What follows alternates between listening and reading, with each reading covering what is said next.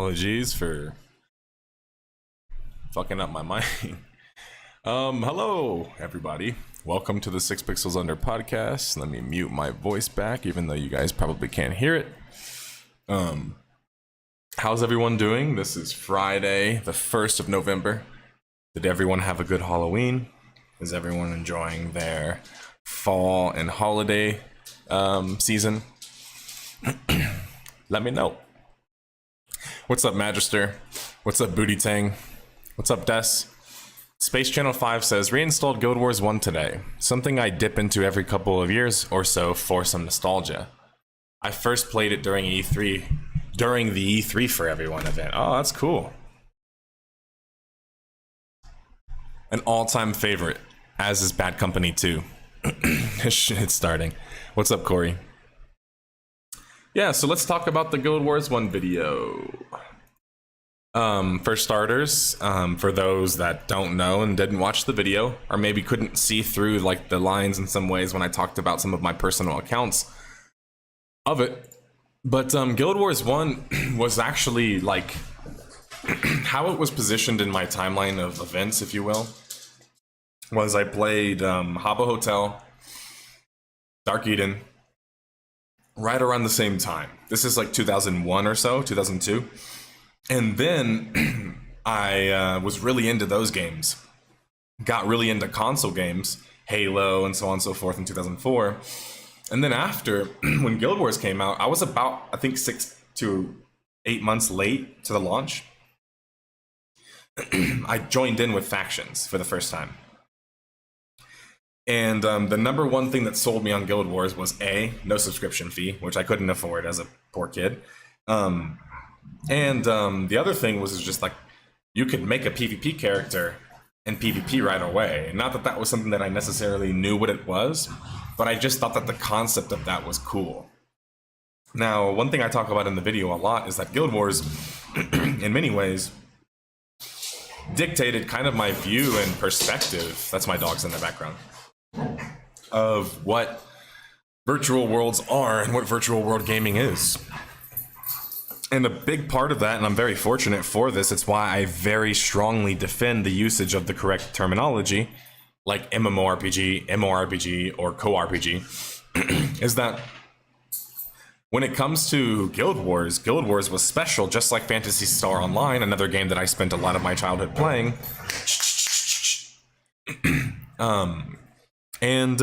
Sorry, they're playing.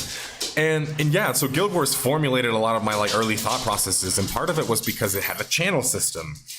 It let me play on dial-up. I was playing Guild Wars on dial-up, guys. I'm sorry, my Guild Wars teammates. For those that don't know what that means, in Guild Wars you had to load each map, including whenever you would load into like an arena. Well, the problem being, yeah, well, you can just imagine. Dial-up takes forever to load in, so you're essentially taking hours or more like 10 minutes or max to load in.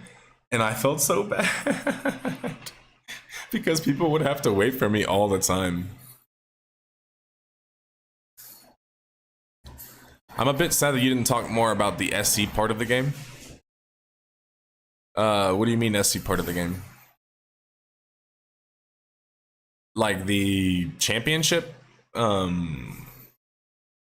league or something like that? Or the circuit? I think it's called a circuit, right? A competitive circuit. They're just playing. It's both my dogs, like they're play fighting with each other. It's because yesterday I went to a concert and they were hanging out in the, in their crates last night. So they just have more time since waking up to want to play, and they're excited to play. How's it going, Ursula? Howdy as well.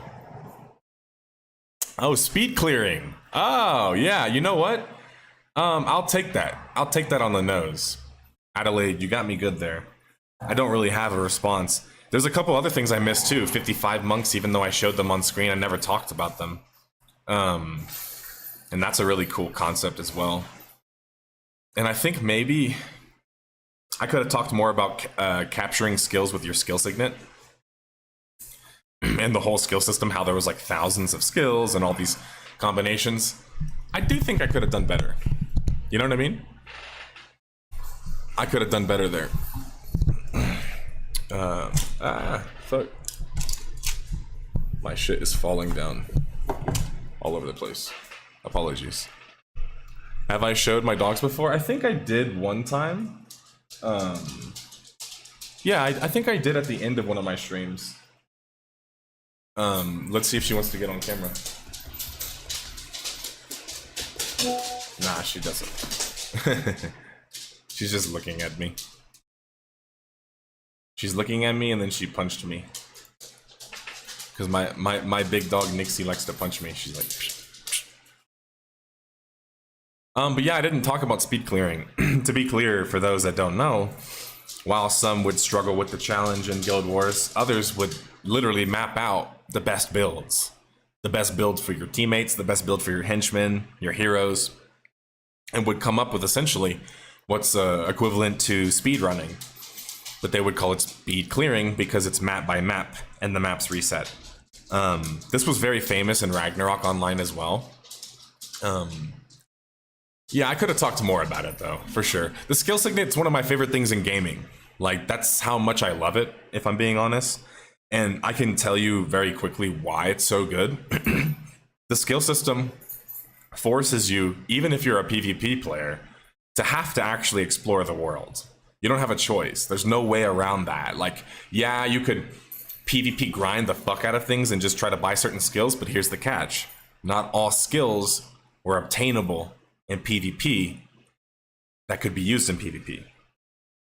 Yes, some skills only worked in PvE only. In fact, that's a thing that people complain about in Guild Wars 2 that people are unaware of, is you actually had abilities for both, but I digress.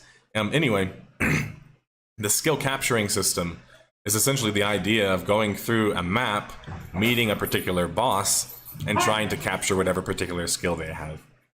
And of course, these are unique locations, so you're gonna have to go around and look for certain abilities depending on whatever class you're playing. So there's constant replayability because you can make a new character, and boom, you have to go look for the new skills. And I think that this is like really helpful, and it almost didn't even make sense that the game had it in a sense, because it's like the game feels very completionist, very Diablo-like, going map to map.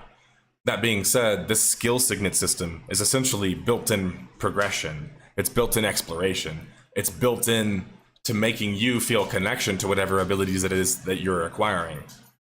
And it kind of broke my heart, if I'm being honest, when they didn't have it in Guild Wars 2. Because I really feel like Guild Wars 2's like... So let me talk about Guild Wars 2 after the Guild Wars 1 video, because I noticed there's actually still to this day, and I didn't realize it was still around, sorry for fans of both, or fans on either side, that there's tension between Guild Wars 1 and Guild Wars 2 fans. And I didn't really acknowledge that. I kind of acknowledged it in some ways, but I feel like I could have acknowledged it a bit more. What do I think of the new president of Mexico? I mean, I think she's okay. I mean, there's not really much you can say about, like, when people look at a president to solve everything, you just know that they, A, aren't a serious actor, and or they'll just be really ignorant to think that one person that isn't in a dictatorship has essentially all the control. And without boring everyone, and I don't even feel like talking about politics most of the time anyway, especially because I'm only really interested in talking about it with people who actually care deeply about it, as I'm sure many of you guys feel about your nerdiest desires or interests. Or more, in my case, not even a nerdy desire or interest, more so that I don't think people have the stamina to talk about things that make them angry. As evident in my like StarCraft 2 video section, Titanfall, and even some of the like these posters that still follow me around, which the funniest thing about that to me is that, I guess, how is it supposed to bother me exactly? Like, maybe if I thought I was like normal and I thought I was really cool, the idea of like nerds that have no life following me around the internet might make me like feel weird or bother me. But I've been on the internet and playing virtual worlds more than pretty much any of you guys. That's not arrogant for me to say. The first time I played one of these games was in 2001. And the first time I tested one of them was in 2004. The first time I was invited out to test one of them was probably like 2008 or 9, right? Like I've been in the game for a long time. I just wasn't a developer and I wasn't making content before. I just was a massive nerd. I just loved MMOs and virtual worlds so much. And in this case, Guild Wars, I loved Guild Wars so much that I didn't even really play it with anyone in my entire like city. You know, like nobody knew about this game until I met this kid. Actually, I'll never forget him because not only was he like the only black kid at the wealthy white high school my dad took me, you know, to try to like give us a better life or whatever. He was one of my best friends, and he played Guild Wars 1. And I still remember I still remember his screen name. I remember the classes he played. Like, you see what I'm saying? How virtual worlds can connect you to people in ways you'd never know. And to add a little bit more context, this guy was actually a pretty well-known person at the school. He's what you would call popular. And he just heard me randomly talking to some other kid about Guild Wars. And he like lights up and he comes over, sits right next to me, and I'm just like, what the fuck? And he's like, Guild Wars. And I was like, what? And no joke, immediately we started playing that night. And I have so many more experiences like that with Guild Wars that it helped me make friends. It helped me learn how to meet strangers, play with strangers. Like, because for people that don't know what GVG is, sometimes you would guest. For those who play, you're all laughing because you're like, yeah, I remember that. But you would guest for people. And when you would guest for people, it wasn't your guild, so you were kind of just like a random person like thrust in. You know what I'm saying? You had to basically learn, like, how can I work with strangers? How can I make friends, you know? I've been playing these since the Legends of Kesmai. Are you going to make a video about Guild Wars 2? Yeah, at some point, of course. It's hard for you to get angry. Yeah, to be clear, like, here's my view on that kind of stuff. Since people like to talk about, like, anger as it's always like a bad thing, or passion like it's a bad thing. Obviously they're not, right? I think what most people kind of misinterpret is like, when somebody has passion for something, that doesn't actually mean that they're angry about it all the time. It's this, like, maybe it's the current political climate or the current climate in the world, I don't know, where people feel like you have to be angry if you don't like something. But in reality, sometimes people just don't like something. It's not for them. They think it's boring. And that's totally normal. And actually on that line, I had a comment on my Guild Wars post or video that made me question reality a little bit. And sorry, sometimes I get comments like that, whether in a good way or in a bad way.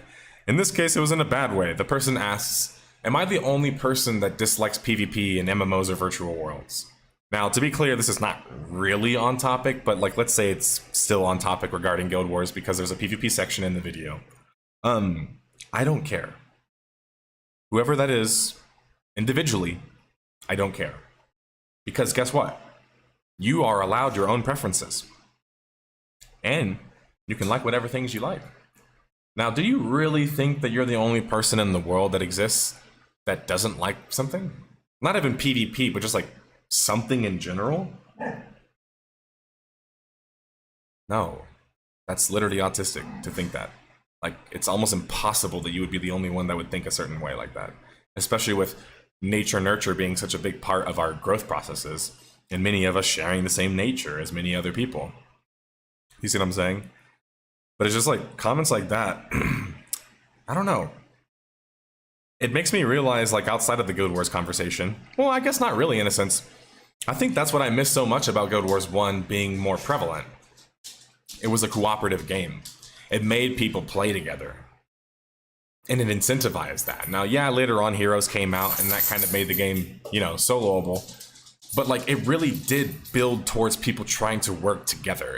And as funny as like it sounds, and I made this point in the video, despite MMOs being massive in virtual worlds as well, and also encouraging teamwork because you have to work together, the differences between having to work together and needing to work together aren't necessarily the same thing. And they're not necessarily handled the same way. When your game is about being hardcore and kind of taking whatever benefits you can for yourself. The point I'm making is that many massive virtual worlds don't do a very good job of making you feel cooperative with your friends or your allies or your teammates. And that's why the most common form of PvP still very much is Zerg faction versus Zerg faction, because it's effective at making people group together and work together, especially when they don't know each other, right?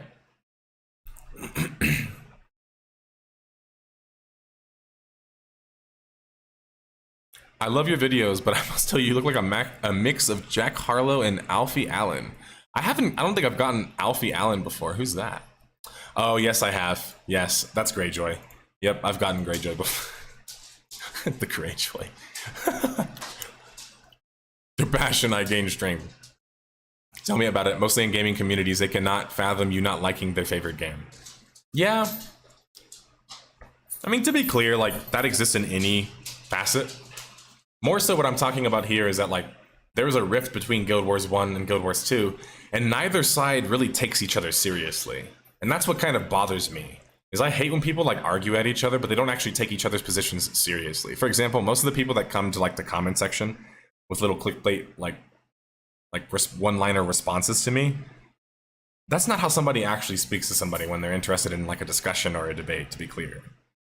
And if the idea is that, like, debating about things that are literally related to my job and my career is somehow, like, lame, then look, you're probably 20 years late, but, like, you can call me the lamest person you've ever met. You can call me terminally online. You can call me a nerd. You can call me a whatever, gamer bro, like, whatever derogatory thing you need to call somebody who's better at arguing than you and better at the internet than you. Hey, that's fine. You can call me whatever that is. I don't know why it would bother me if so much of my identity is being that person. If anything, it kind of just entrenches me. It makes me feel like, you know what? Isn't it funny that I grew up in the age of the internet where you don't spend most of the time in your post or response to somebody trying to dictate or psychoanalyze how somebody feels about something? It's like weird. It's like so weird how interested people are about feelings they don't know anything about, nor do they really care about. Like the fake concern shit. Does that really work on people? Like maybe, I don't know, maybe it does. I used to be a fan. I really like your stuff. It's weird when fans hold you hostage because they didn't like one of your videos. Strange. Do you support the content or the content creator? That's a question you should ask yourself. And not just with my content, with any content creator. Do you like the content, or do you support the content creator as well? If you only like the content, maybe there's some reprehensible things you don't like about the content creator. And there's some reasons for that. But the truth is that at least you'd be acknowledging of that and aware of whatever those things are, right? For example, people have particular things that they like to focus on. Of course, things that make them happy, their careers, their jobs. But even just things that they like to focus more so in conversations, when they argue, when they approach problems or situations or different perspectives.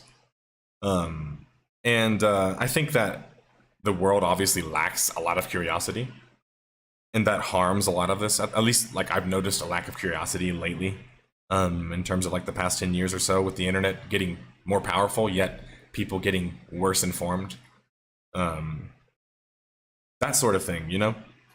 And I think it really does come back to like why virtual worlds are so important. And I know this is always going to be my like end point, but that's the thing is like I can argue with nerds on the internet, but that's what I can always bring it back to.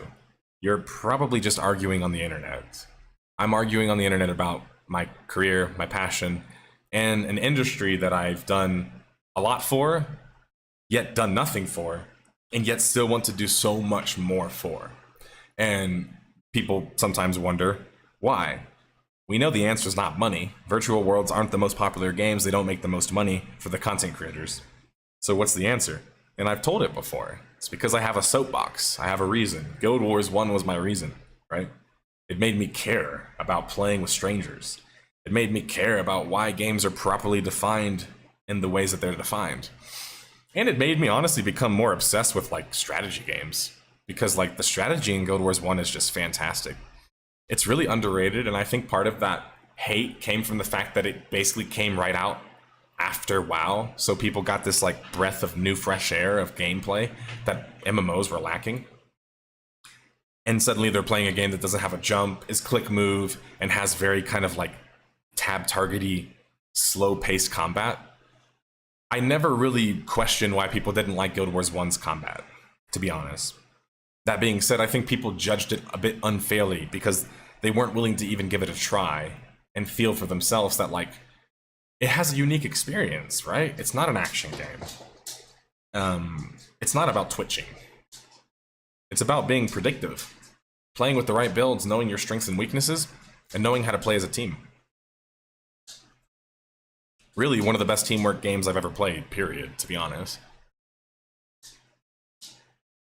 People will call a game bad just because they don't like PvP. Yeah, so for example, Booty Tang, when I did a video about why PvP MMOs always fail, it was actually a bit of a clickbait video. The video was actually designed to explain to people that they don't always fail, and that because of your own preconceived notions and biases against something, you're so quick to not even apply any logical reasoning because your fifis are hurt. And a good example of this is that people will talk about, oh, but look at the highest profile PvP failures. Okay, what's one of them?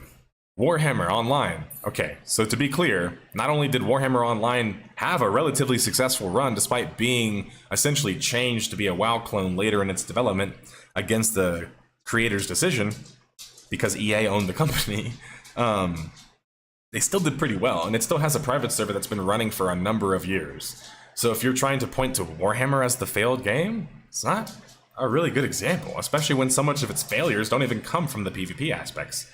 They come from the PvE and the gameplay. And then other examples, people, oh, what about Darkfall? Darkfall was a massive failure. Guys, Darkfall had like maybe a couple $1 million budget. Maybe. Not even. Like maybe 2, 3, I think around there is last time I heard. The guy who built the engine for the game basically created this god level engine because they didn't have the money to create a proper server system. Like, so now it has a lot of issues, unfortunately, being so client related instead of server related. And it doesn't really function that well in the cloud as far as I understand. But you get what I'm saying.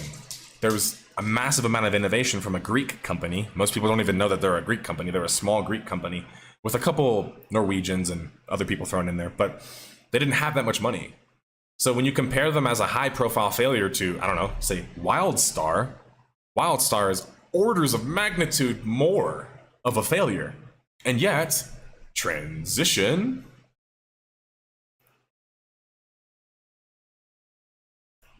you still get posts like this all the time with this kind of like, don't get me wrong, people have rose-colored glasses, nothing wrong with that. We all have positive memories of even some of the worst games. But I mentioned this before, and I mentioned it in my WildStar video. I am utterly bewildered at the positive post-reception that this game has gotten. When I was a closed beta tester, alpha tester, testing the PvP systems and raids, and we knew they didn't work before the game ever came out. So meaning that like the game was a failed game. Was there great aspects of it? Yes. But why was it a failed game? Its purpose was to push 40 man raids and perform them at a high level. Did the performance ever work in 40-man raids? No. Did they ever manage to like get a big audience going to where they came out with new raid content? No. Did their idea of making it way more hardcore and fuck the casuals really work out for them? No, it didn't. So what did work out? The PvP failed, the war plots didn't even work, and they canceled them a couple, like, I think a year into the game, not even a year into the game. It's okay to like failed games and games that aren't that great, but sometimes it's weird in virtual worlds, like, in history about them. People will have this, like, extremely strange revisionist history. Like, the top comment here is that NCSoft was the main problem. To be clear, how is that true when one of the guys that worked on the game came out on record in an interview, Tim Kaine, you guys know him, and said that it wasn't just about NCSoft. There was another leader on the team that I butted heads with. That came out after my story, by the way, so I didn't have it in my story, so maybe people missed that. But like, how would that be NCSoft was the main problem? It wouldn't be. It'd be Carbine Studios was the main problem. You see what I'm saying? Like, there's just not a lot of critical thought that gets brought to things when you just approach it from a feels perspective. That's where the feels perspective just falls apart. There's moments when you want to approach things with your feels. You want to show people you care, want to show them that you're genuine, you want to show them that you're sympathetic or empathetic. But past a point, it's also like, okay, but then what's the actual argument? What's being presented here? If it's, I miss Wildstar because Wildstar used to be alive, I understand that. But it's constantly, I miss Wildstar because it was so good and how did it fail? And it's like, for a lot of reasons that are not just my video, document. Other people and other videos document it too, right?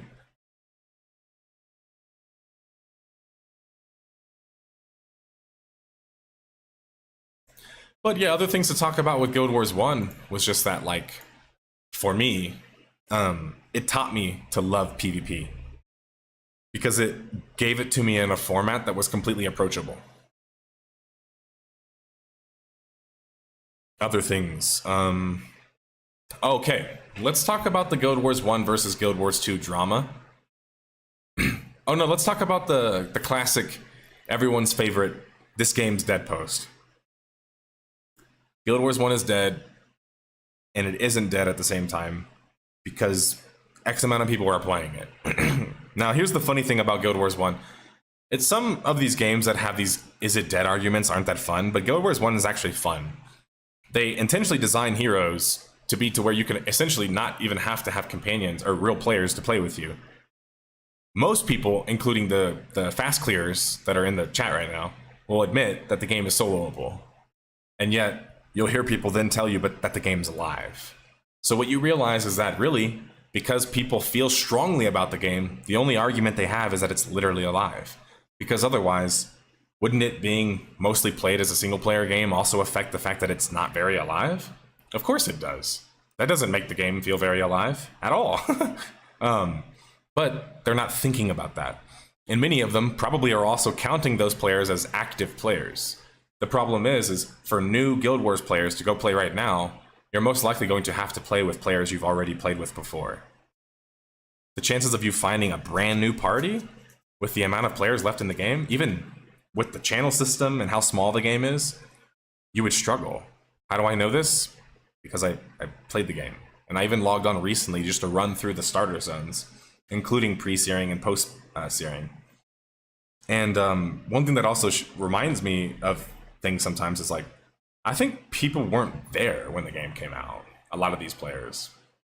Because, guys, there used to be so many players in the channels. We had like 5 channels going. Now there's like 1 channel per language, maybe 2, and 1 of them are empty. Does that make sense?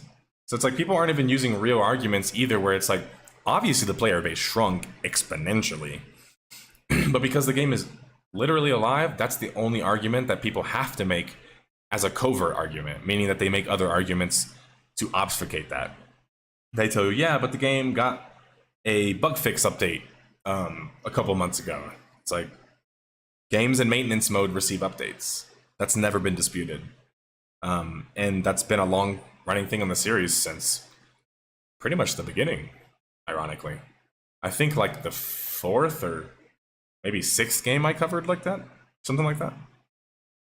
And the other thing that must be acknowledged, well, 2 things that must be acknowledged, which people like this will always ignore arguments like this because they don't fit whatever feels narrative they have, which is that Guild Wars 2 moved on. It literally progressed the story and created another virtual world to house it. That's not considered a ripe game for the series of Death of a Game. I genuinely think you'll never really see eye to eye with me because you'll always make these weird pseudo arguments of, but the game's not literally dead. And it's just like, yeah. I think I said that in the video, so you didn't watch it, but that's cool. Because at least boosting my engagement while not watching the video is still helpful in some ways. But I just wish people would take more time and effort to engage with the things that they supposedly care so much about.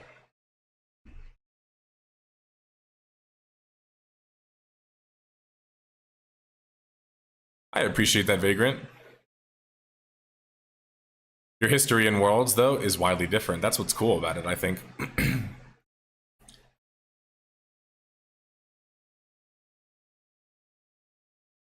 I appreciate that, Adelaide. Thanks, Booty Ting. Alright, so let's talk about a bit of the drama between the two games. There is some drama between these two games. There's always a few hundred during the weekends and a few thousand during the weekends. That's not a lot of players. Maybe you're new to Guild Wars, so let me teach you. We used to have more players than that, the hundreds that you reference, in one instance. It was like 100, I think a little bit over 100 players, and we would have 5 of those instances. So that means that like the population used to be at least 5x bigger. And the sad truth is that it's much bigger than that, the deficit. And so what you realize is that people like you aren't actually interested in having a discussion about the game's life cycle. You're just interested in talking about how you feel about the game right now, which is cool, but there's forums and channels for that, isn't there? Like, don't you have a community you could talk to about how you still love how the game is able to function? Or how you're still enjoying the fact that you can play the game? Or that there's the few hundred people that you mentioned throughout the entirety of the game, I guess is what you're referencing. All of that's still there, especially if you do believe in every single facet of the word, not just literally, that the game's alive. Then why don't just go play it? It's alive. It's alive and well. Everything's working. Why would someone making a video like me actually even bother it at all in any way, shape, or form? Because you know it's not alive. It hasn't received a major update in like literally, I mean, fuck, 8 years, I think. And to be clear, adding one skill, one quest, bug fixes, and even the graphical update, arguably, these aren't even major updates. These wouldn't be considered major updates for the old Guild Wars. But they are when the game's in maintenance mode, because it feels like we're getting a trickling of content that or I guess you can't really call it content, but you get what I'm saying. We're getting updates, right? But what's changed about the world? What's evolved in Guild Wars 1? Obviously, most people know the answer to these questions already, but for the people that still feel passionately stuck to that particular game, they can't imagine that ArenaNet made the sequel in 2012. That's 12 years ago. 12 years ago, they came out with a sequel. For reference, to compare something like Lineage 1 to Lineage 2, as described in the video, Lineage 1 is still bigger than Lineage 2. And it's like way bigger. Maybe if you count all the mobile games for Lineage 2, they're like more even. But Lineage 1 is massive.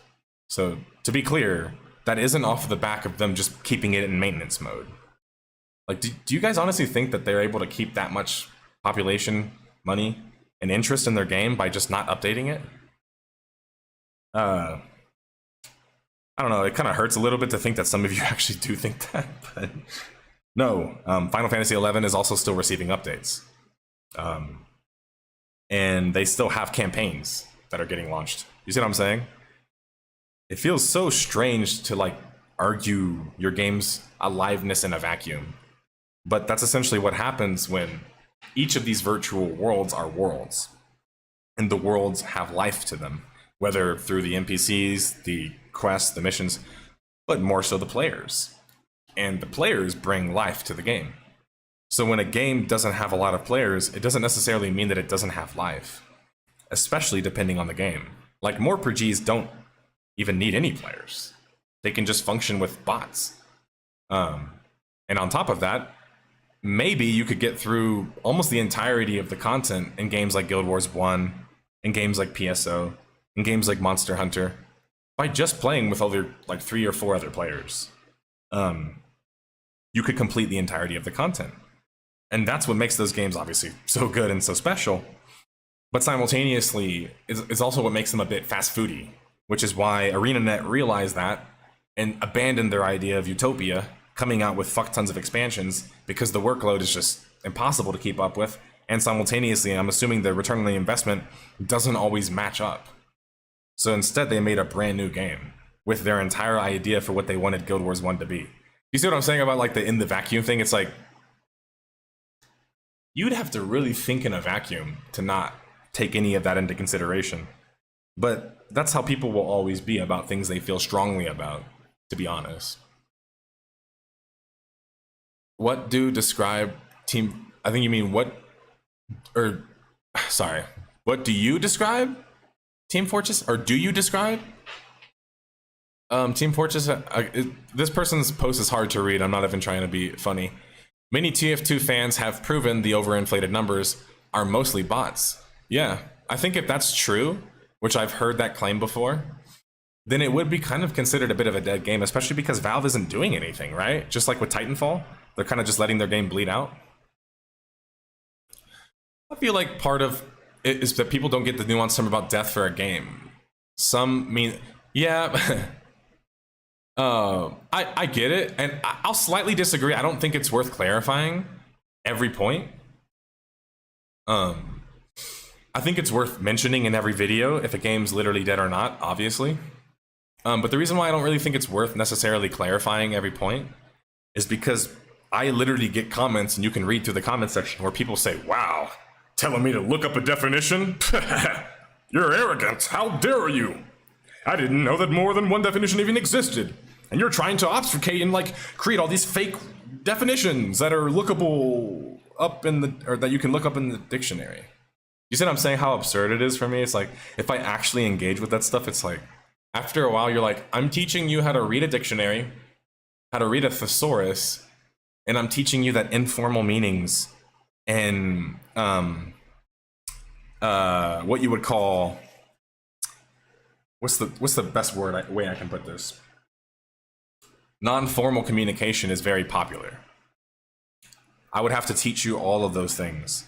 And then it's like, do you want to learn those things? No, obviously. You could just go learn them on your own, and you don't need me to teach you. And two, you feel strongly in your point that by me telling you the truth, which is that death is one of the most oldest and most studied words ever. So the idea that it only means literality is, it's kind of comical to me. Like how dumb you could be to live in a world that's only black and white like that, with one of the most studied and thought about words in the world. Like pick like cut, or pick like a boring word to hate. This word is like very well known and explained.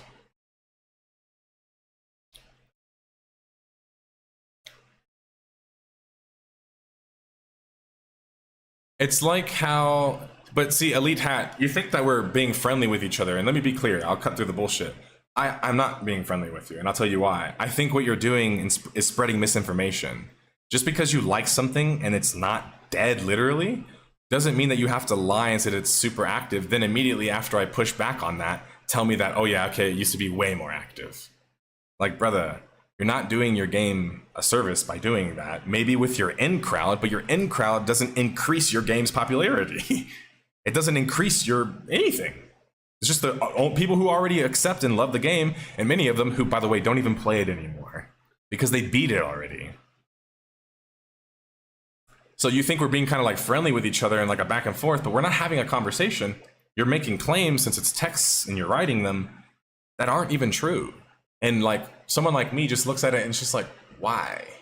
What did I say in the video that made me feel like I didn't like the game? That you would have to like misrepresent it to make people feel better about its modern state? You see what I'm saying? It just feels like really weird mental gymnastics because people like games. It's a bit bizarre to me. And I've been a fanboy of the utmost kind.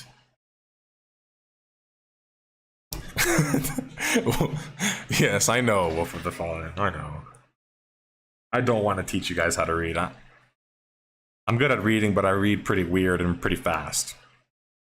But seriously, Google death and the study of death.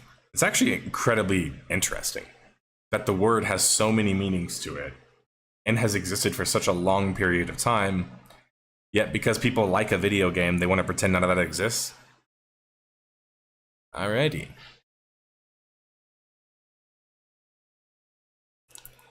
Yeah, Gamer Fiend. So people wondering, there was this like random cyberbolt guy. I don't know who this guy was, but he was like some alt-writer, I don't know, like anti-woman, incel, whatever the fuck person tribe they're a part of.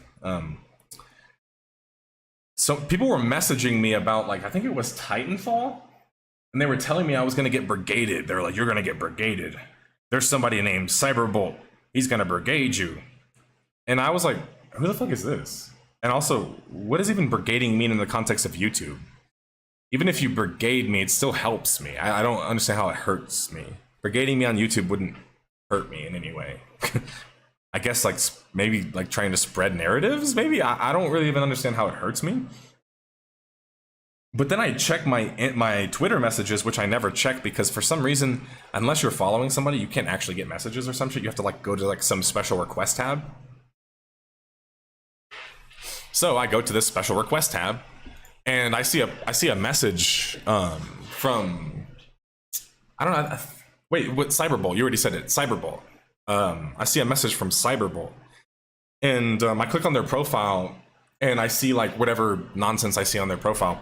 But in their post, they send me some really weird, like, self-important message, where it's like, okay, it says, "Hey, I hope you're doing good. I'm looking for your a PSO video. I'm looking for a user that left a comment on your video.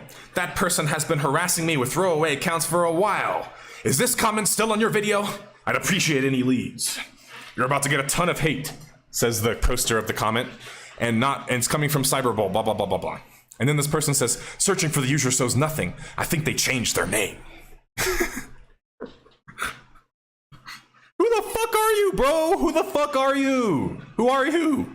I don't know who you are. Why are you talking to me like I need to report on the seriousness of the comment section and find them to prosecute them for justice? Like, what the fuck is this self-righteous bullshit? If you know me, you know that I don't give a fuck about any of that shit. That's why guys are crying in my comments about tone policing. Like, what the fuck? This is like random guy comes to me talking to me about, we must find him, Nerd Slayer. He's done me wrong. Like, what the fuck, bro? Get a life, man. Go fucking cry about it somewhere else where people give a fuck. That's what I said, by the way. I'll be right back.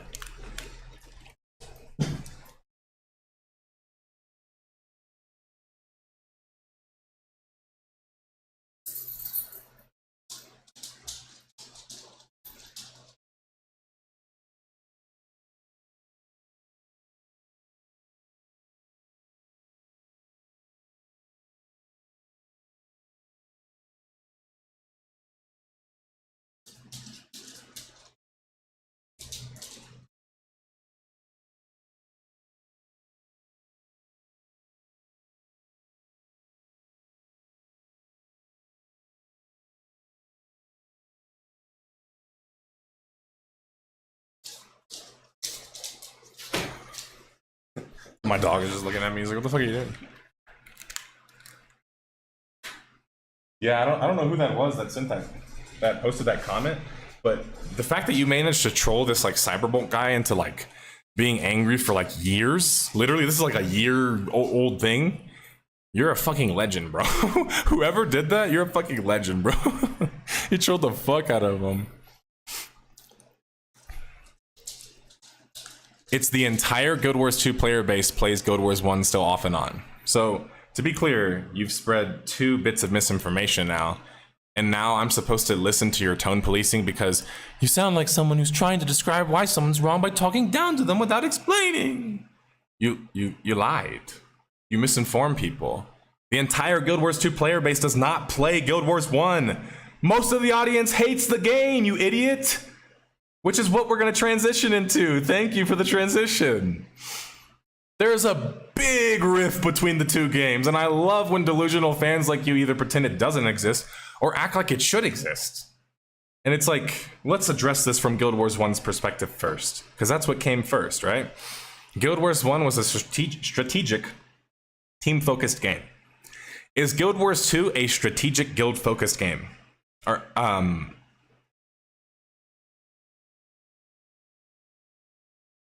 yes, but that's a maybe yes. Not because strategy doesn't exist, but because it's not the focus. Action combat is, and speed of action combat is obviously the focus. You can't even get to a high level in Guild Wars 2 without having good inputs and being fast, right? It's like the analogy I made in my Discord earlier. People talking about, oh, I want to run the plays in football, but they can't even run a 4-4, 4-5, 4-6, 4-7, 4-8, 4-9, maybe even 5 flat. You shouldn't be caring about how fast you can run or doing the plays. You should be trying to figure out how to get faster, right? Guild Wars 2 has that problem. It's a Ferrari. It's so fucking fast. It's almost impossible to slow the game down because of just how the game is built. Now, does that sound strategic? In some ways, yes. But by most people's definition of it, including the entire strategy genre, it's not true. That's not how people define strategy most of the time. I'm somebody who was a pro at Guild Wars 2. I literally think it's a very high, big brain, fucking massive input game. That being said, do I think it's more about being strategic? Or do I think that Guild Wars 1 was more about being strategic? Do you see what I'm saying? The answer is obviously the first game. It's not even close. Now, which one is more cooperative? Now this, I'll actually give you something. Guild Wars 2 has some advantages. It has public questing that it got from Warhammer as an innovation. It has the living world system that they weren't able to realize in the first game. So it has some major advantages that literally are evolutions of the first game. Now that being said, I played through my Guild Wars 2 experiences without ever playing with other players. That would have been impossible when I played Guild Wars 1. So is it really a cooperative game? Maybe in PvP, in raids and strikes, but I can get to max level without ever having to play with anybody. Is that cooperative? I don't know. There's a debate there, right? So I'm not even making a side here. I'm presenting to you what the actual feelings and arguments are on both sides, instead of just dismissing them because I feel like it or whatever the fuck. The other thing is that Guild Wars 1 had a Trinity system.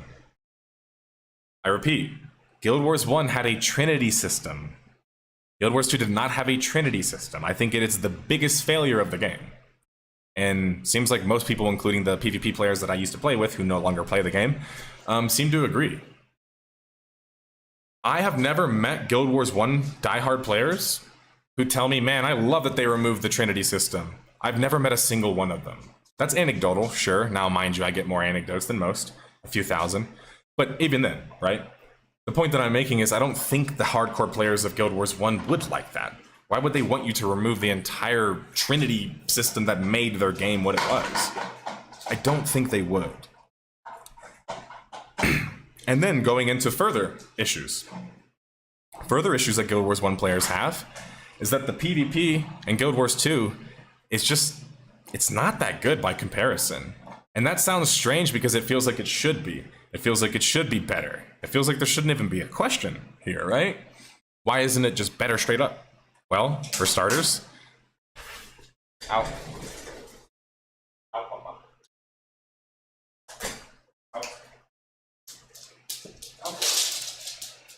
Or at least let me pick up these bottles. Look, I give him these to play with, but he wants to play with it right now. It's just like a bottle that he fucks with. And I don't want him to go with it right now because it'll make too much. Sorry, little buddy. Anyway. So, more issues that Guild Wars 1 players had. They removed the monk. They removed the way grinding works. They removed the way progression works. No longer could you just skip around and kind of fast forward your leveling experience through whatever methods you could use because you already had multiple characters max level. In Guild Wars 2, the only thing that they came up for that was just giving you auto level systems, which I guess is one way to go about it, but I don't know. I'm not a fan of that because it doesn't incentivize you to actually play through the class. Other things that Guild Wars 1 players missed in Guild Wars 2. Guild Wars. Guild Wars. There's no GVG. Right? Now, I think the community sometimes organizes GVG in the open world, but again, it's not like Hall of Heroes is missing, GVG's missing. The two most popular PvP features in the first game, not there. So It's important that we acknowledge this stuff because you have to realize, why would the Guild Wars 1 audience take issue with the second game? I just gave you fucking 6 or 7 major reasons. Meaning you can't handwave these just because you feel like it. These are other people's major reasons, and major reasons for large amounts of people not liking it. Now let's do what some people want to do, and I haven't done since I haven't covered Guild Wars 2 yet. Let's talk about it from the Guild Wars 2 perspective. What did Guild Wars 2 have over Guild Wars 1 that some of the players in Guild Wars 2 feel like, fuck Guild Wars 1? Well, very obviously, the action combat system, right? The way ability targeting works, the way building your class works. Nearly all of this is different in the first game, and the majority of complaints I hear from Guild Wars 2 players were complaints that basically you wouldn't have, or rather, the things that they liked are things that they wouldn't have liked because it was different in the first game. Other things that Guild Wars 2 players have issues with is they feel like because they didn't play the first game, that the Guild Wars 1 players have something over them, right? They're more nerdy, they're cooler, they're more original Guild Wars, whatever that thing is that happens with a lot of sequels. In this case, the sequels are very different from each other, or the 2 games are very different from each other. So you have quite the rift, actually. Guild Wars 2 players look at Guild Wars 1 and say, I would never play that game because it's too slow. There's no action combat. I can't even jump, right? These are real issues. Just because I like Guild Wars 1 doesn't mean that I can't acknowledge this, right? The combat feels fucking snail-paced in Guild Wars 1, right? All the big set pieces in the world are just, they're not as heavy-hitting without actually having an open world, even if it's map by map. Because Guild Wars 1 doesn't have that, right? There's a lot more effort put into how pretty things look in Guild Wars 2. Not just graphically, but literally letting you look around at vistas and all this other stuff. The combat is fucking fantastic in Guild Wars 2. I would even... This might make me slay or slant into one direction, but I like it more than the first game's combat. But I acknowledge that it has severe issues. And issues that it could have learned by copying from the first game, ironically. Or at least not changing its complete design. Other issues that Guild Wars 2 players have with the first game. It's old, obviously.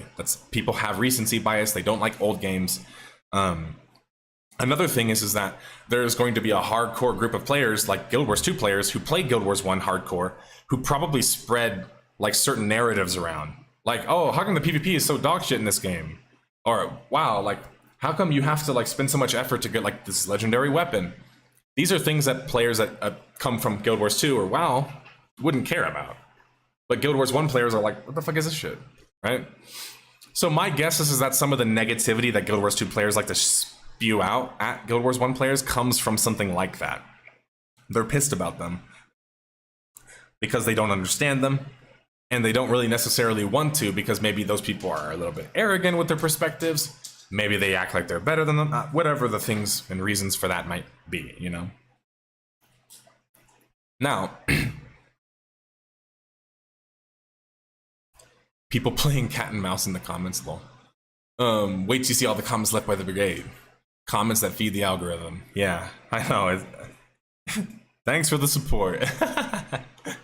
Anyway, so let's go into Guild Wars 2 and Guild Wars 1 and talk about them more kind of comparatively.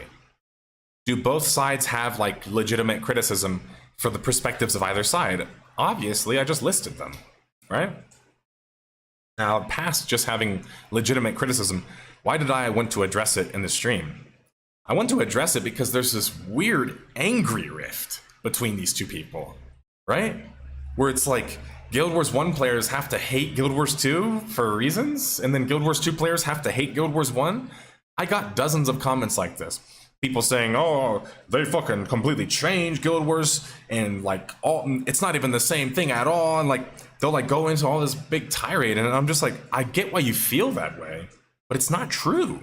We have some of the same characters. The stories are literally extended from the same universe. Like, we have some of the same skills, classes. So much is the same. But I think in a core level, it doesn't feel that way. And that's fine. And I think that that's relevant, for sure. I remember when Guild Wars 2 came out and all of my friends got collectively disappointed when it didn't have a Trinity system, but a hybrid system. Yeah, it has a hybrid system mixed with a everybody can kind of heal system. What people don't realize is actually horrible about that is that it actually raises the skill level enormously. I cannot believe ArenaNet never thought about that. Truly, I would love to speak to, not them right now, because most of the guys that worked on the game don't even work there anymore, but like, I would love to talk to some of the original design devs.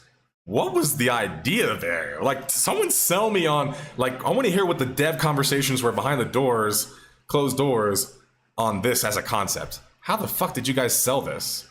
Because there's so many things that I could push back against it that ruin the balance of it. And Guild Wars 2 has been in perpetual balance hell because of something like that. Because it can't solve its issues by just healing more or damaging more. It's not that simple. You see what I'm saying? And if it increases certain aspects, sometimes they unknowingly make another thing overpowered. Right? This is an issue in Guild Wars 2 since the beginning. See, when people say it still has somewhat of a Trinity system, the full answer to that is a full no. Now, mind you, Des can elaborate, and some of my other strike/dungeon fans and chat can elaborate. There are predictive and heal methods that you can use in raids and strikes. I keep saying raids, but that's because that's what everyone knows them as. Strikes and the other one, fractals. I'm 90% sure, correct me, my you know, grinders in chat. Like literally, isn't that how it works, to my knowledge? Right? And so where I push back against you, Space Channel 5, is that, remember, PvP was such a big aspect of the first game that with healing removed in the Holy Trinity system, I'll tell you with direct examples on how it not only increases the skill level of the game, but it actually removes a big way of playing the game. So the issue isn't just that it's not balanced, it's that it doesn't make any sense. Why would you remove a playstyle that has existed since literally pen and paper gaming was invented? And you might say, yeah, but that's their decision. Okay, but why? That's what I'm asking. Why remove it? I haven't heard good reasons yet. Even from developers, by the way. And I can't talk about those conversations on record, but I can tell you, I still haven't gotten like, oh, fuck yeah, too. Oh, no, it still hasn't happened yet. I'm still like, okay, but, and I'm always okay, but. There's always something wrong about it that I don't like, and something that feels like it's missing from that. They're very, great point, Mr. Very Smart. You are very smart. Fuck, you just fucking GG'd me. Mr. Very Smart hit the nail on the head, guys. They said, they're so different, so it's easy to not like them. Wow. That's fucking genius. You're right. It's almost like because there's differences, you have to like join the side of the differences and then hate the other side because they have those differences.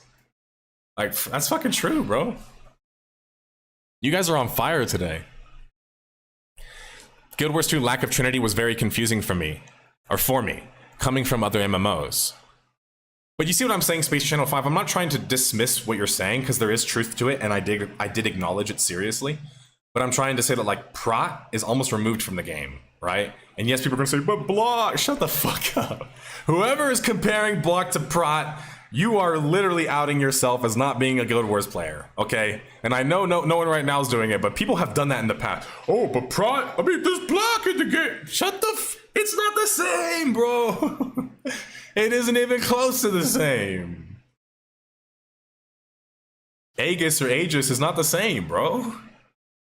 As literal Prot, a protection monk, or Prot abilities, were literally mitigating abilities, full mitigating abilities, not mitigating instances or twitch moments of mitigation. Do you see what I'm saying? That changes how things function a lot, actually. The world and characters might be the same, but Guild Wars 2's plotlines have low-key retcon things. Okay, Dalen makes it, look, you guys are making some good-ass points today. I wish we could have had a discussion like this over Titanfall and fucking StarCraft too, but it's because you guys are actually interested in talking about the game and the subjects here, and not just all the other nonsense surrounding it, or how I hurt your feelings because you didn't watch the video, or whatever. Like, this is what I wanted those discussions to be like. People are pushing back and giving me real shit that I could work with here. And you guys are making great fucking points. I don't know why Guild Wars 2 players would feel that way, but as someone growing up with Guild Wars 1, the fact that Guild Wars 2 was such a departure burned out a lot of Guild Wars 1 fans. That's fair. And I acknowledge that. That's fair. Guild Wars 2 looked like Fury's combat when it came out. That did spoil it at first for me, but then Guildy's got me to try it. Okay, Elite Hat, well, we're working with something now. We're on friendly terms now. I get that you feel strongly about the game. Do you see where I'm coming from? Like regarding how the population thing doesn't even address my full arguments, and even if it does, we can't look at it in a vacuum. We have to look at it historically, because that's how population data works, right? It's not in a vacuum. We have to look at it historically. But yeah, I mean, you're onto something here. You're acknowledging what I felt like you didn't acknowledge before, which is that there's a real rift. There was a rift there. And I hate when people act like, why can't we just kumbaya? Or they simultaneously try to shit on the Guild Wars 1 fan base or 2 fan base and call them like some bigoted thing like, oh, well, the Guild Wars 1 fan, they're just overly elitist like nerds who don't want to play games that you could jump in. It's like, that's an oversimplification. Like, or they'll be like, oh, Guild Wars 2, you're just fucking, you know, spurg, like fast twitch, you know, aiming like dorks who like don't want to play MMOs. It's like, that's not also true, right? Yes, it was Mr. Very Smart. In fact, I'll even go as far to say, with my knowledge in history record and any of my friends and developers who know more than me, and there's a few of them, can back me up on this. I have never heard of a protection system existing before Guild Wars 1's application of it. There might be a Korean example, and I'm not even just saying that, but because Korea usually will have like an early example of something that they never like fully create a concept around. So they'll be early to something, but never like fully figure it out. Yeah. Yeah, the Guild Wars videos, You didn't watch it, Elite? What the heck? Then why are you hating on it? You didn't even watch it. Or maybe you just got confused because you just joined the conversation after and you didn't notice it. Whatever it is, I'll give you the benefit of the doubt because you seem like a good person largely. Who means well. The only thing I can think about removing the healing was that a lot of other games were relying specifically on healing for parties, and they wanted to avoid that bottleneck. While I do agree, remember what I said about the strikes and the fractals? You have to heal in those. Their system failed, guys. Like, do you understand the absurdity of that? Think about that for a second. Like, maybe I went too fast there. Think about it. We designed a system to remove the bottleneck of having to heal. So much so that when our player base played our difficult content, they came up with their own Trinity system to heal. It's like, I remember I had that conversation with Card one time, one of my moderators, and I was just like, bro, that's just basically admitting that the system didn't work. Do you get what I'm saying? Because they still had to do that anyway. And I just, is that a better alternative? I don't think so, personally. And I don't think most people think so. The biggest complaint I've gotten from players who didn't play Guild Wars 2 or like it was already said in chat. It was because of the Holy Trinity system. It's the #1 complaint I've gotten is the Holy Trinity system. And that's why I know a lot of Guild Wars fans that are in it, even Guild Wars 1 fans sometimes don't care about it as much. But guys, like the rest of the industry is all using that same system that Guild Wars 1 was using, at least in a sense. When they switched, it wasn't just departing from the first game, it was departing from the industry. No, you're good, Elite Hat. You came in bad. That's fine. I'm good with that. Anyone in the mix claims about like how somebody doesn't look good or looks whatever the fuck else, you should post a picture of yourself. Post your Instagram. Hey, Perry God, I want to see a picture of you.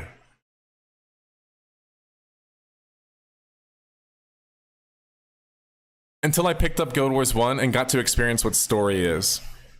Fair enough. Okay, can we talk about this? This isn't necessarily related to like the anger between the two parties, but I do have a question. Do you guys feel that, I had this comment on my video. Do you guys feel that Guild Wars 2 is more soulless than Guild Wars 1? Like either that it lacks personality, story involvement, or just something else?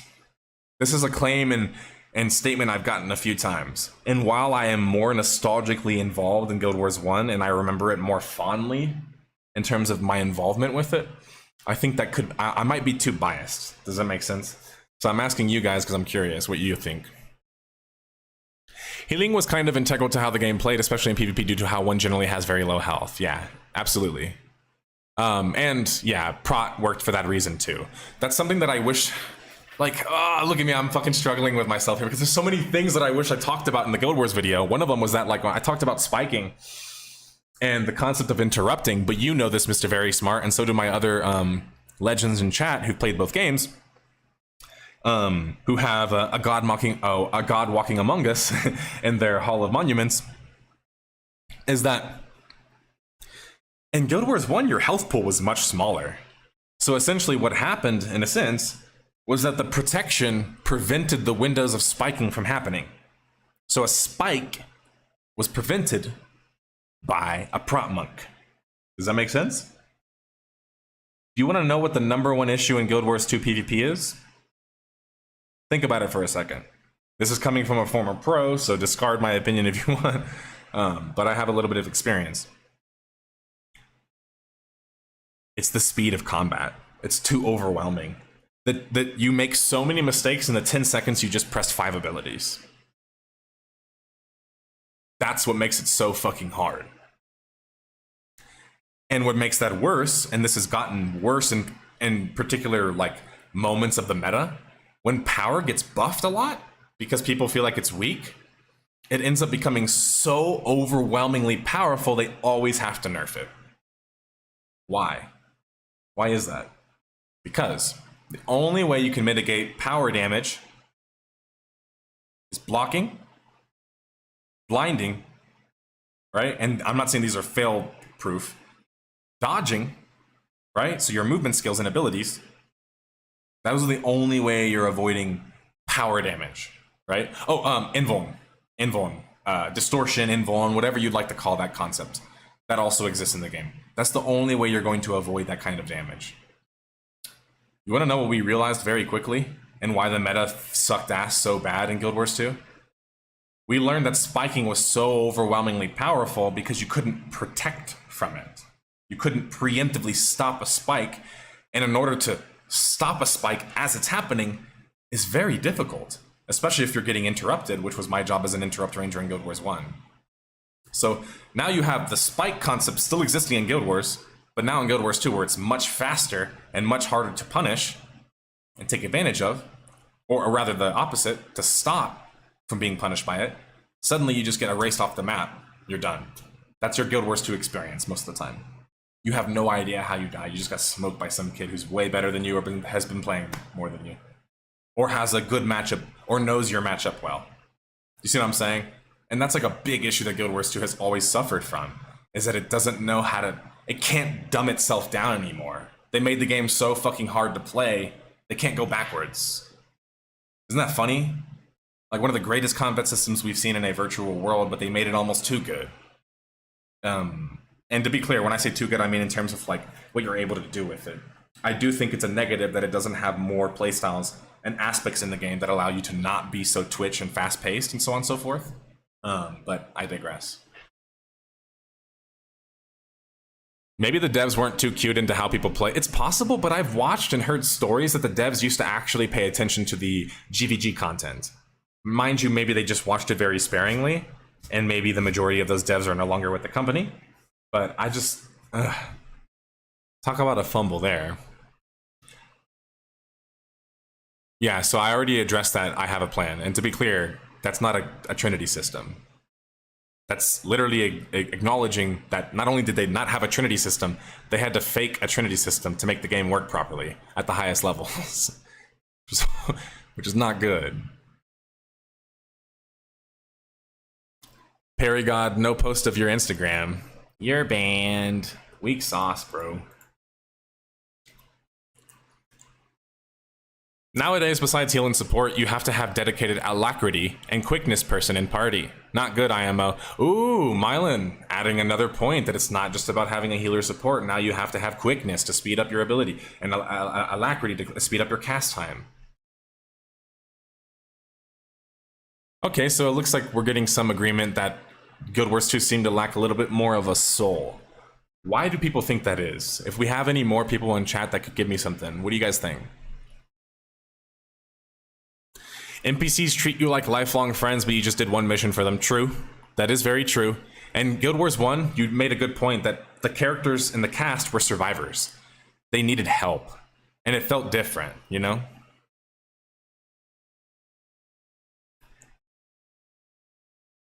Yes, that is a point I will agree with, Elite. I do think that Guild Wars 2's combat system is easy enough to pick up. The problem is that it's not just about skill floor and skill ceiling, it's about both. So if the skill floor is low and too low, what ends up happening, especially since they dumb down the majority of the early content like dungeons, is that the skill floor is down here, right? Sorry, I'm out of frame. And the skill ceiling is all the way up here. So what these players experience after reaching max level is this massive gap. This has been tracked through data, tracked through player progression numbers, you name it. There is a data sheet stat that states that like the top 10% of the player base does like 90% of the damage or something ridiculous like that. It was like they did an overwhelming amount more damage than the rest of the players. I'm talking, I wish I could find this. I'm sure someone in chat knows it better than me. I was shocked to hear these numbers, guys. No game has big numbers like that are so different, except Guild Wars too. Because the difference in high and low level play is just too grand, bro. It's too fucking big.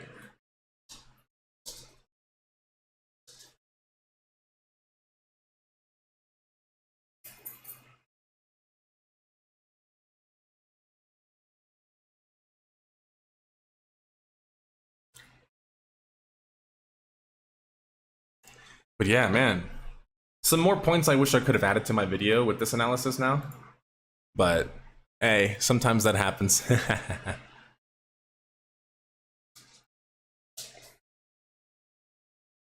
Yes, that is a very good point. Dalen, I think you made another good point here.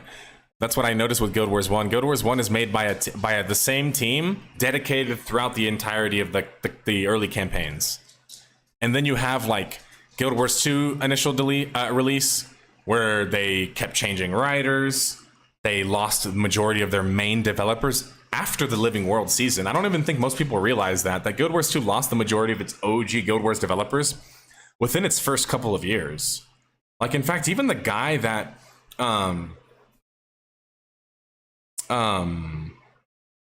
what's his name? Mike O'Brien handed over Guild Wars 2 to left the company shortly after. He doesn't work at ArenaNet anymore. And that's pretty common, honestly. Which is why, sorry, Guild Wars fans, here it comes. I know people don't like when I mention this, but it's why I don't get the whole fluffing about Cullen Johansson. Sorry. That's why I had to make that point about the bonus mission pack. Is he talented? Yeah, I think so. But not only did he do basically nothing at Amazon Game Studios, he not just didn't do anything, he released 2 failed projects, like straight up failed projects that never even made it. And on top of that, largely his direction in Guild Wars 2, I've never seen that as a positive. It seemed like the push towards the things that he pushed it towards made the game worse, and were people's biggest issue with the game. So it's why I don't really get the whole revisionist history lately with like Cullen Johansson being back at ArenaNet. It's like, he wasn't even the main person who made the game special in the first place. And they don't even have almost any of the original team that did, including the leaders of the company.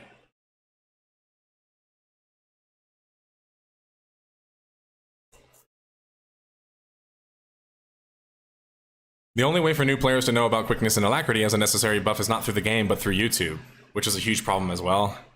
Yeah, I mean, fuck. Some people don't even know that you can stomp with quickness still. Like, let that sink in.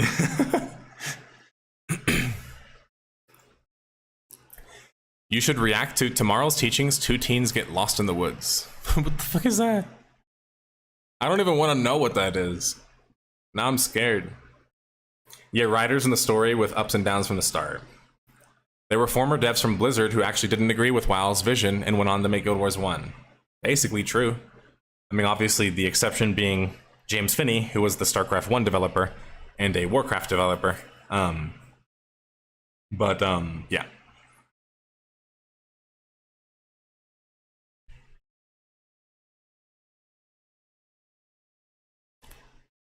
I think that's fair to acknowledge too.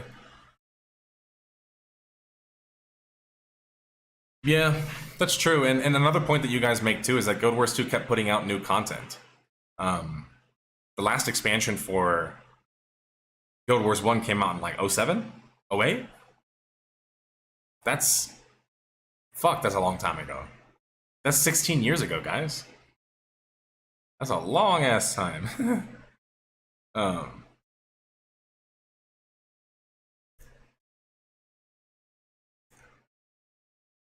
Alright, let's quickfire get through some stuff. Should MMORPGs be blocking election content from chat? While I don't necessarily know if you should ban political content from being talked about in your virtual world, part of me says yes, because it doesn't actually reflect the politics of that given world. So you could just like use that as a default answer to say no.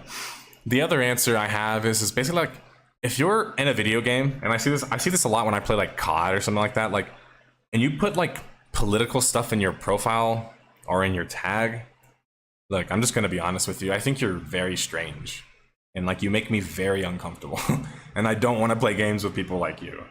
I don't care what side it says. It could say green party, red party, blue party, whatever. I don't really want to hear people talking about elections in my fucking shoot 'em up, you know, stabbing people with a knife game or whatever the fuck. I don't care about any of that stuff. This one was, which MMO has the world that seems the most pleasant to live in? I'm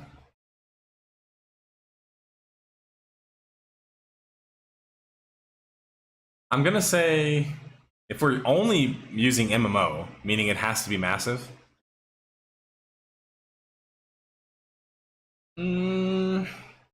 Yeah, I'm gonna say Lord of the Rings too.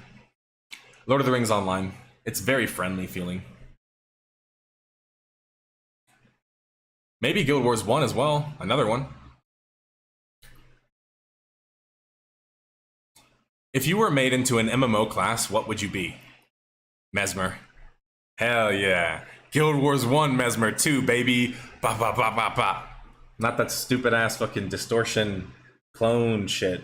Sorry guys, I know some of y'all like it. I did not like that class. What did they do to my Mesmer?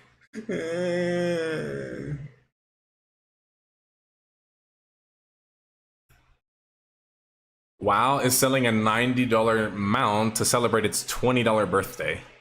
The sad truth is this is the ultimate end goal when you don't push back against bad business practices, like level boosting, like character boosting, like mounts that already cost fucking $40 and $30 existed, right?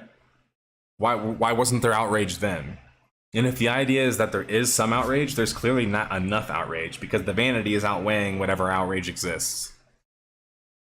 So it sucks, but it's just a conclusion of that. If people don't push back, the monetization gets worse. NetEase's Destiny video, or rather mobile game, they released a video for it, came out today. Shows some of the gameplay and whatever else, and I talked about this a little bit on Twitter, so I just wanted to react to it really quickly. It's funny how you can spend a bunch of money, work with one of the largest mobile gaming developers, work with a pre-existing genre and game franchise like Destiny, and still end up making something that looks so incredibly generic that plays nothing like the trailers that you're watching. Like, I'm sorry guys, I've been saying this for a while, but mobile gaming for me is for classic games. This new concept of mobile gaming, I've not been impressed by it yet. I'm just not impressed by it yet. New Worlds Eternum, the new like action RPG they're calling it now, says multiplayer PvE and PvP. Let you continue your solo experience alone in a crowd. Counterpoint. No, they don't. Because that's the true answer. Wow, Bree. I'm glad you're on point today and not just dealing with the fluff that they fucking spout out of their mouth. Wayfinder is a genuinely good little RPG, but a missed opportunity to be an MMO. I hate content like this, and I hate videos like this, and I hate articles like this, and I hate all fucking types of things like this. The game is a good RPG because it's a good RPG, not because it's an MMORPG. These are completely different styles of game. These are completely different focuses of game. And I hate when people make this weird argument that you can just add online to a game and suddenly it becomes an MMO. That's not how it works. Maybe you mean like an MMORPG, perhaps. But like this oversimplification of things, like if it just was an MMO, it works. I'm surprised this still exists as an idea.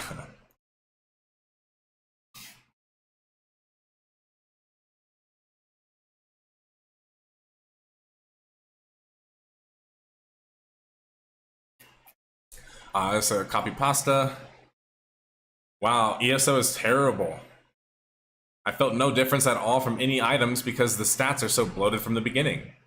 The quest lines have 0 memorable characters. The combat is terrible. This is my exact experience playing the game, and yet it still has hit 25 million players overall, with 1 million gained, you know, by whatever metric they deem as active over the past year alone.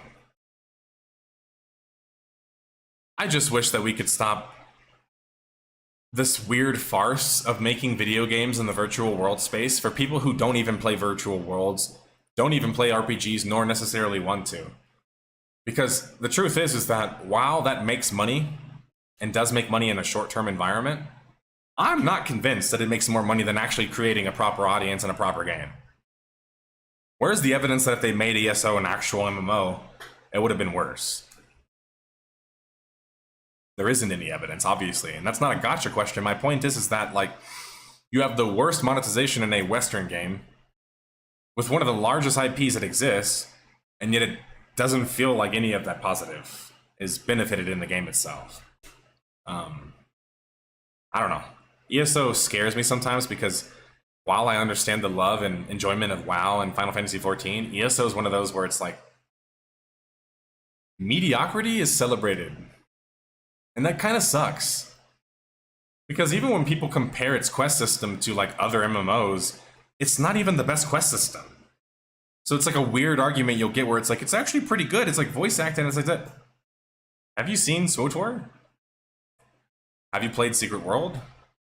Do you really think that ESO has a better story experiences than those? Maybe just because you like Elder Scrolls, but does it actually have a better story than Final Fantasy? Or you see what I'm saying? Like I don't think anybody makes that argument. So it's like this weird, like, lukewarm the game. Alright, I wanted to respond to one of these top comments. The audience for MMORPGs is withering away full stop. The world has had a vast increase in players, or in people that play games online over the last 10 years, yet look at how few play MMORPGs. Meanwhile, 80 million play LOL, and 30 million play Overwatch. Full stop. I don't even have to read the rest of this argument because it's dog shit, and I'll tell you why. Did you just hear what I said? Talking about making games for a faux audience or a faux audience, a fox audience that doesn't actually exist? What are the dangers of it? This is the dangers of it. You think that you're delusional enough to compete with these other games that you've never been able to compete with? What are we doing here, guys? In modern times, we're having old people like this tell us like fake stories about how things used to be. MMOs were never the most popular genre, and were never the most popular game. Never. Not even fucking close. Guys. Do you realize how many copies Animal Crossing sold? Not as a franchise, just the recent one. It sold over like 20 million copies, guys. What MMO sold over 20 million copies? What MMO sold 15 million copies? You kind of see what I'm saying? You realize that because the well has been poisoned by people trying to make money off of people who don't even play the games nor understand them that well, what ends up happening is you have a bunch of people also getting caught up in all the nonsense. They start getting confused and think that this like fast food popular style of game that wasn't even analogous and wasn't even like native to the industry originally was how it's supposed to be. Guys, MMOs were always the turbo nerd genre. Virtual worlds were always the turbo nerd genre. We started that way. Pen and paper, going into graphical MUDs, going into the earliest MMORPGs. These are all nerdy as fuck games. These games all take insane amounts of time to get good at them and to learn how they work. These are not casual games. Stop applying casual audience ideology to a non-fucking casual audience game. It's the most annoying thing that has come from people like the popularity of WoW and Final Fantasy XIV, if I'm being honest. Is they've created this whole narrative where suddenly it's like, that's the bar. That was never the bar. The bar before was like 50,000 subs. Then it was 100,000. Then it was a couple 100,000. When did it become millions? When did we even sell millions of copies of a game? We didn't. Guild Wars 2 didn't even sell over 10 million. It sold like 6. It sold less than Guild Wars 1 did, copies-wise. So where does this ideology come from? Let's compare it to a free-to-play game. That's a MOBA? Why? Why would we compare it to a game that basically took certain aspects of its combat and gameplay and just shrunk it down to one part? Why would we compare that game to that game? They're not even anything alike.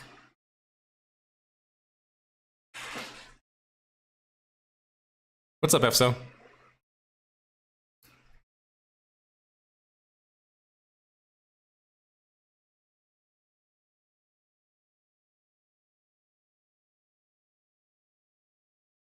But yeah, I mean, it's just like, this shit melts my brain when I read takes like this. Like, we were never trying to compare ourselves to the most popular gaming genres. We were never there. It's like that meme, Blood thinks he's on the team. That's how I feel about virtual world players who LARP that we were ever that popular. We were never that popular. We weren't. Now, is there a downturn? Yes. But is that the same as saying that we are supposed to be on par with like 80 million people playing fucking LOL? What? We're not even par with 1 million people. What the fuck?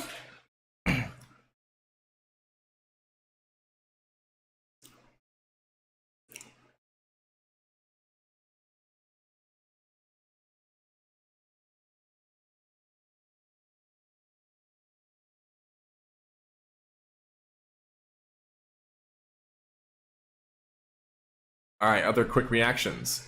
There's some recent rumblings about Riot's MMO again. Apparently they're actually talking about it a little bit, trying to hire positions for it, which is not actually good news, despite what this article shows. That's not good news because it means that they still don't have a fucking team.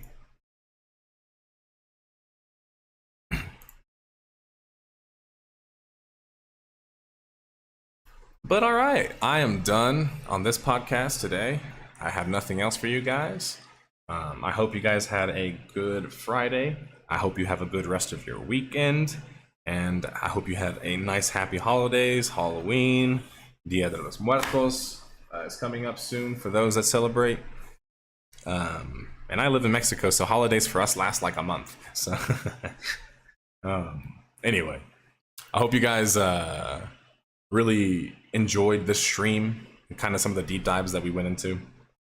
And I also hope that you enjoy, before I ended my stream, I banned this really weird like parasocial dork in chat named Killer Monk the Funk, who keeps having like fake conversations with me, but I'm not actually engaging with you because you're really weird and you keep talking about things that nobody else is talking about, that people have asked you to clarify and you still didn't answer them.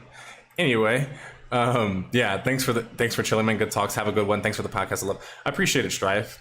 And shout out to Yugi Boy. Yugi Boy. Yugi Boy. Yugi Boy. Yugi. Yugi. Yugi. It's time to do.